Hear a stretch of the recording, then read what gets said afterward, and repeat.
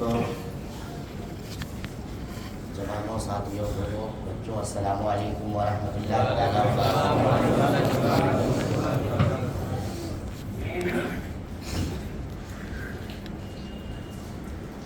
نحمده ونستعینه ونستغفره ونؤمن به ونتوکل علیہ ونعوذ باللہ من شرور انفسنا ومن سیئات اعمالنا،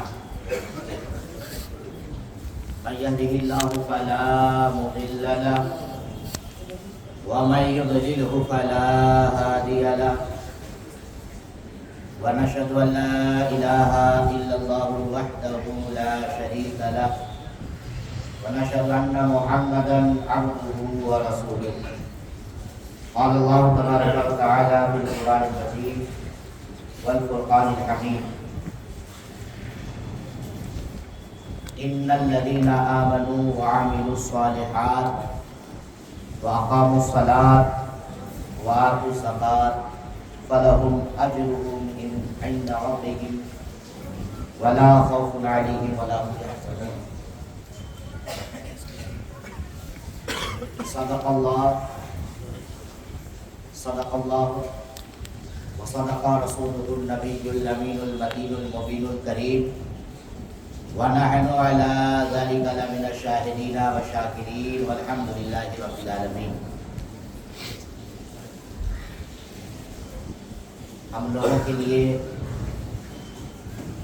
بڑی سعادت مندی کی بات ہے کہ آج اللہ رب العزت نے ہمیں رمضان المبارک کا تیسرا جمعہ عطا فرمایا ہے۔ آئیے کچھ گفتگو سنیں اور سنائیں، اس سے بیشتر ہم سب مل کر اپنے آقا و مولا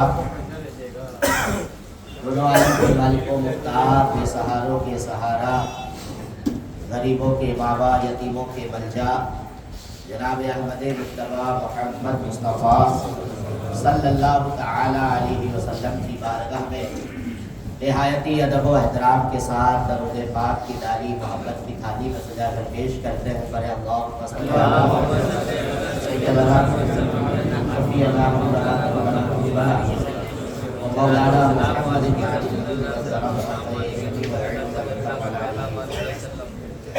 اور ایک بار درود پاک پر اللہم صلی اللہ سیدنا شفیعنا مولانا محمد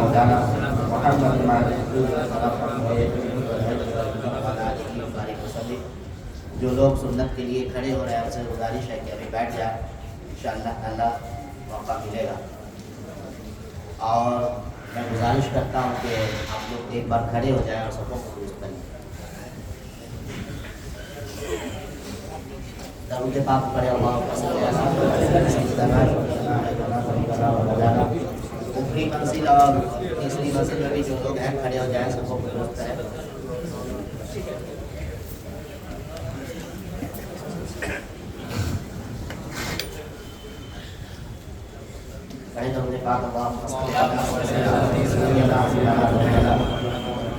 قلوبنا ومولانا محمد المعادي الجود والكرام رب العلم والعلم والحكم وعلى آله وسلم۔ اللہ رب العزت نے ہمیں ایمان کی دولت عطا فرما کر اس دنیا میں بھیجا، اور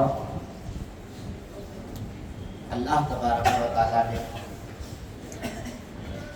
انسانوں کو عبادت کرنے کے لیے پیدا کیا۔ عبادت کے بارے میں آپ حضرات سنتے آئے ہیں کہ عبادت دو طرح کی ہوتی ہے، تین طرح کی ہوتی ہے۔ ایک عبادت وہ ہوتی ہے جس کو ہم اپنے عمل کے ذریعے سے، اپنے بدن کے ذریعے سے، اپنے جسم کے نقل و حرکت کے ذریعے سے ادا کرتے ہیں، جیسے نماز۔ اس میں پیسہ نہیں لگتا ہے، اس میں ہماری جسم کی حرکت لگتی ہے۔ اور ایک عبادت وہ ہے جس میں ہمارے جسم کی حرکت کی ضرورت نہیں پڑتی ہے، بلکہ اس میں مال کی ضرورت پڑتی ہے، پیسہ خرچ کرنا پڑتا ہے۔ جب ہم پیسہ خرچ کر دیتے ہیں، مال خرچ کر دیتے ہیں، تو ہماری وہ عبادت پوری ہو جاتی ہے، ہم فرائض ادا کر دیتے ہیں۔ وہ عبادت زکوٰۃ ہے، صدقہ ہے، عشر ہے، یہ سب عبادت۔ اور ایک عبادت وہ ہے جس میں ہمیں جسم سے حرکت بھی کرنا پڑتا ہے اور ساتھ میں مال بھی خرچ ہوتا ہے، جیسے حج۔ حج کرنے کے لیے مال کی بھی ضرورت پڑتی ہے۔ اگر جس کے پاس پیسہ نہیں ہے، مکہ اور مدینہ جا کر ارکان حج ادا کر کے اگر وہ آنے کی طاقت نہیں رکھتا ہے، اتنا مال و دولت اس کے پاس نہیں ہے، تو وہ اس کے اوپر لازم نہیں ہوگا۔ تو اس میں پیسہ کی بھی ضرورت ہے، اور جب پیسہ خرچ کر کے وہاں پہنچ جائے تو کچھ ارکان ادا کرنا پڑتا ہے حرکت کے ذریعے، جسم کے ذریعے سے۔ تو یہ 3 طرح کی عبادت ہوئی۔ نماز کے بارے میں ہم اور آپ گفتگو سنتے آئے ہیں، سنتے رہتے ہیں۔ آج مالی عبادت کے بارے میں گفتگو کرنے کی ہم کوشش کرتے ہیں۔ زکوٰۃ جو ہے، زکوٰۃ یہ کہتے کسے ہیں؟ زکوٰۃ کہتے ہیں کہ اللہ نے جو آپ کو مال دیا ہے، جو مال و دولت کے آپ مالک ہیں، اس مال میں سے 2.5% مال نکال کر کسی محتاج کو، کسی غریب کو دے دینا، یہ زکوٰۃ ہے۔ اور لفظ زکوٰۃ پر جب غور کریں گے تو سمجھ میں آئے گا کہ یہ زکوٰۃ دینے سے فائدہ ہی ہوتا ہے، کیونکہ زکوٰۃ، لفظ زکوٰۃ، اس کا مطلب ہوتا ہے بڑھنا، گھٹنا نہیں۔ اگر کوئی یہ سوچتا ہے کہ ہم اپنے مال سے، ہم اپنے جائیداد سے، پیسہ سے کسی کو دے دیں گے، پیسہ نکال کے کسی کو دے دیں گے تو ہمارا مال گھٹ جائے گا، یہ غلط سوچ رہے ہیں۔ مال گھٹتا نہیں ہے، بلکہ زکوٰۃ کا مطلب ہوتا ہے مال کا بڑھ جانا۔ زکوٰۃ دیتے ہیں تو مال بڑھ جاتا ہے۔ اور ایک ہے زکوٰۃ کا مطلب پاکی حاصل، پاک کر دینا یا پاک ہو جانا۔ تو مال اگر کوئی اپنے مال میں سے کچھ اللہ کی راہ میں دے دیتا ہے تو اس کا وہ مال پاک و صاف ہو جاتا ہے، ستھرا ہو جاتا ہے۔ جو لوگ کھیتی کرتے ہیں، کھیتی کرنے والے کو آپ نے دیکھا ہوگا، وہ ایک بوری دانہ لے کر جا کر کھیت میں چھینٹ کر آئے، ان کا ایک بوری ختم ہو گیا ظاہر، لیکن جب کچھ دنوں کے بعد وہ دانہ جو ایک بوری چھینٹا تھا وہ کئی بوری میں بدل جائے گا، بدلتا ہے نا، اتنا زیادہ ہو جاتا ہے۔ اسی طرح کوئی اگر انسان اللہ کی راہ میں 2.5% دے دیتا ہے اپنے مال سے، تو اللہ تبارک و تعالیٰ اس مال میں برکت عطا فرما کر اس کے مال میں اور اضافہ فرما دیتا ہے۔ اور اللہ تبارک و تعالیٰ قرآن کریم میں ارشاد فرمایا، میں نے آیت کریمہ پڑھا خطبہ میں، اللہ ارشاد فرماتا ہے ان الذین آمنوا وعملوا الصالحات، وہ لوگ جو ایمان لائے، جو کلمہ پڑھ چکے ہیں، ایمان لے آئے ہیں، وعملوا الصالحات، اور نیک عمل کرتے ہیں، واقاموا الصلاۃ، اور نماز ادا کرتے ہیں، وآتوا الزکاۃ، نماز ادا کرنے کے بعد زکوٰۃ بھی دے دیتے ہیں اپنے مال سے، فلہم، کیا ہے کہ امام، فلہم اجرہم عند ربہم، تو اس کے لیے ثواب ہے ان کے رب کے پاس، اجر ہے، اسے ایک ثواب ملے گا۔ آپ جو زکوٰۃ دیے، نماز پڑھے، نیک عمل کیے، اس کا ثواب آپ کو آپ کے رب کے پاس ملے گا، اللہ تعالیٰ اس کا بدلہ دے گا۔ اور یہ اس کا تعلق آخرت سے ہے، آخرت میں آپ کو اس کا بدلہ ملے گا، ثواب ملے گا۔ اور دنیا میں کیا ملے گا؟ اللہ فرماتا ہے فلا خوف علیہم ولا هم يحزنون، اس پر اس کو کوئی خوف لاحق نہیں ہوگا اور نہ ہی وہ انسان غمزدہ ہوگا۔ جس کے پاس مال ہوتا ہے، مالدار بن گیا، جب انسان مالدار بن جاتا ہے نا تو اسے ڈر ستاتا ہے، خوف ستاتا ہے۔ کس کا ڈر؟ ڈاکو کا، چور کا، کہ کہیں میرا مال لوٹ نہ جائے، میرا مال کوئی لے نہ لے، میرے مال کو کوئی چھین نہ لے۔ اس کے لیے وہ انتظام کرتا ہے، کیمرہ لگاتا ہے اور الگ الگ طریقے سے انتظام کرتا ہے اپنے مال کی حفاظت کا، اس ڈر کی وجہ سے، خوف کی وجہ سے۔ اللہ ارشاد فرماتا ہے کہ اے میرے بندے جنہوں نے ایمان لے کر آیا، جو ایمان لے آئے ہو، نماز بھی پڑھ رہے ہو، روزہ بھی رکھ رہے ہو، نیک عمل بھی کر رہے ہو، اور اللہ نے تمہیں مال دیا ہے تو تم زکوٰۃ بھی دے رہے ہو، یاد رکھو تم زکوٰۃ دو گے تو تم اپنے زکوٰۃ اگر دو گے تو تمہارا وہ خوف جو مال کے ختم ہو جانے کا، مال کے لٹ جانے کا تم پر خوف ہوتا ہے، وہ خوف تمہارا ختم ہو جائے، کیونکہ مال زکوٰۃ دینے سے، مال سے 2.5% نکال کر فقیر کو دینے سے وہ مال اللہ کی حفاظت میں آ جاتا ہے، اللہ تعالیٰ اس مال کی حفاظت فرماتا ہے۔ اور جو لوگ زکوٰۃ نہیں دیتے ہیں تو وہ مال، پھر وہی مال اسے ڈباتا بھی ہے، وہ مال کبھی ڈاکٹر کے پاس جاتا ہے، کبھی فلاں بیماری ہوا وہاں خرچ ہوا، کبھی کیس مقدمہ ہوا وہاں خرچ ہوا، ادھر ادھر خرچ کرتے رہتا ہے۔ لیکن اگر وہ مال اگر وہ دے دے، نبی فرماتے ہیں حسنوا اموالکم بالزکوٰۃ، زکوٰۃ دے دو، زکوٰۃ دے کر اپنے مال کو محفوظ قلعہ میں ڈال دو۔ اچھا، یہاں لوگ سوچتے ہوں گے یہ مال اللہ نے ہمیں دیا ہے، اس کے مالک ہم ہیں، تو آخر ہم غریب کو کیوں دیں، فقیر کو کیوں دیں؟ یہ تو میرا ہے، ہم نے کمایا ہے، ہم نے جمع کیا ہے۔ سوال ہو سکتا ہے، اللہ تبارک و تعالی قرآن میں ارشاد فرماتا ہے هُدًى لِّلْمُتَّقِينَ الَّذِينَ يُؤْمِنُونَ بِالْغَيْبِ وَيُقِيمُونَ الصَّلَاةَ وَمِمَّا رَزَقْنَاهُمْ يُنفِقُونَ۔ اللہ ارشاد فرماتا ہے کہ پرہیزگار اور متقی کون لوگ ہیں؟ اللہ ارشاد فرماتا ہے الَّذِينَ يُؤْمِنُونَ بِالْغَيْبِ، متقی اور پرہیزگار لوگ وہ ہیں جو غیب پر ایمان لاتے ہیں۔ غیب کا مطلب اللہ کو نہیں دیکھا لیکن مانتا ہے کہ اللہ ایک ہے، جنت کو نہیں دیکھا لیکن مانتا ہے کہ جنت حق ہے، جہنم کو نہیں دیکھا لیکن مانتا ہے کہ جہنم حق ہے، حشر اور قیامت کو نہیں دیکھا ہے لیکن مان رہا ہے کہ قیامت آئے گی۔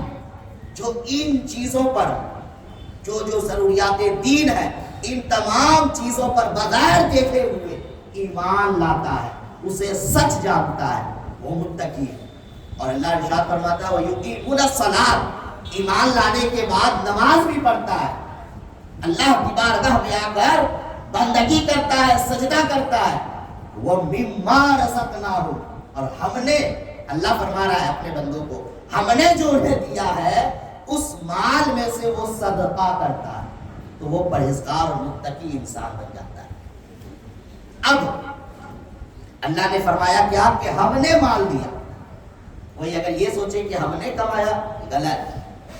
اگر مزدوری کرنے سے مال و دولت مل جاتا تو دنیا میں کتنے مزدور ہیں دن رات مزدوری کر رہے ہیں، بہت مزدور ہیں، دن رات محنت کرتے ہیں، بہت زیادہ محنت کرتے ہیں، وہ سب سے بڑے مالدار ہوتے ہیں۔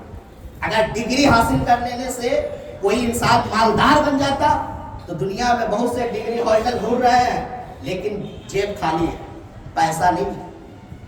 اگر ان تمام چیزوں سے مال مل جاتا تو بہت لوگ گھوم رہے ہیں جو مالدار ہوتے، بڑے مالدار ہوتے، لیکن نہیں، ان چیزوں سے مال نہیں حاصل ہوتا ہے، مال حاصل اللہ کے فضل سے ہوتا ہے، اللہ کے کرم سے ہوتا ہے۔ اسی لیے اللہ ارشاد فرماتا ہے وہ مما رزقناہم ينفقون، ہم نے جو تمہیں مال دیا ہے، ہم نے جو انہیں مال دیا ہے، اس مال سے اگر وہ راہ خدا میں 2.5% نکال دیتے ہیں، زکوٰۃ دے دیتے ہیں، تو وہ انسان متقی بن جاتا ہے اور اس کا مال اللہ کی حفاظت میں آ جاتا ہے۔ نبی پاک صلی اللہ تعالیٰ علیہ وسلم، صحابہ اکرام بیٹھے ہوئے تھے، مجمع لگا ہوا تھا، نبی پاک صلی اللہ علیہ وسلم نے ارشاد فرمایا، وہی حدیث پاک، حسنوا اموالکم بالزکات، اپنے مال کو زکات دے کر حفاظت میں، اللہ حفاظت میں ڈال دو، محفوظ قلعے میں ڈال دو۔ تو نبی پاک صلی اللہ علیہ وسلم صحابہ اکرام کو زکات کی تعلیم دے رہے تھے، اس وقت بغل سے ایک نصرانی انسان گزرا، نصرانی انسان یعنی کرسچن۔ تو وہ یہ بات نبی پاک کی سنا کہ مال دینے سے وہ حفاظت، اللہ کی حفاظت میں آ جاتا ہے، وہ مال برباد نہیں ہوتا ہے، وہ مال لٹتا نہیں ہے۔ تو وہ گھر گیا، گھر جانے کے بعد تھا تو وہ نصرانی، لیکن یاد رکھیں نبی پاک صلی اللہ علیہ وسلم کی پوری زندگی اگرچہ ظاہری طور پر یہود و نصارہ، کفار و مشرکین نبی پاک صلی اللہ علیہ وسلم کے خلاف تھے، لیکن وہ دل کے اندر سے جانتے تھے کہ یہ سچے نبی ہیں، ان کی ہر بات سچی ہوتی ہے۔ تو وہ نصرانی انسان جب گھر گیا تو انہوں نے زکوٰۃ نکالنے کا ارادہ کیا، اور وہ سوچا کہ اگر ہم زکوٰۃ نکالتے ہیں، اگر میرا مال، اور اس انسان کا ایک دوست ایجپٹ گیا ہوا تھا، مصر گیا ہوا تھا اس کے مال کو لے کر بیچنے کے لیے، اور اس زمانے میں ہم لوگ ٹرین اور ہوائی جہاز وغیرہ سے ادھر ادھر جاتے ہیں دوسری جگہ، اس زمانے میں ایسا نہیں تھا۔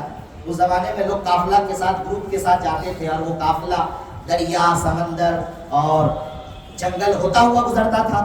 کبھی کبھی ایسا ہوتا تھا کہ راستے میں ڈاکو مال لوٹ لیا کرتے تھے، سمندر میں مال لوٹ لیا جاتا تھا، ایسا ہوتا تھا۔